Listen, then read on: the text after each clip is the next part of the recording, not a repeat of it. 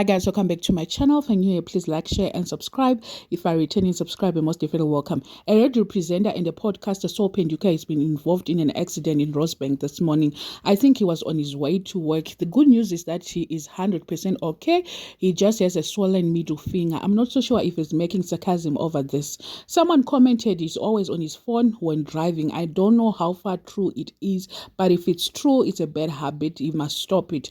He used to use Ubers. I think we all know that. He was like everyone on podcast was laughing about it, that Saul uses Ubers.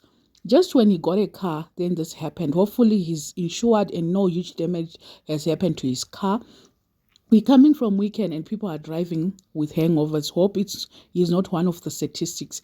I can't wait to hear from Maggie on podcast and chill what he's going to say on this, because he has a funny way of telling the truth. I don't know what you guys think about this, but all the best on Sol Phenduka. Hopefully he's going to get his car up and running again.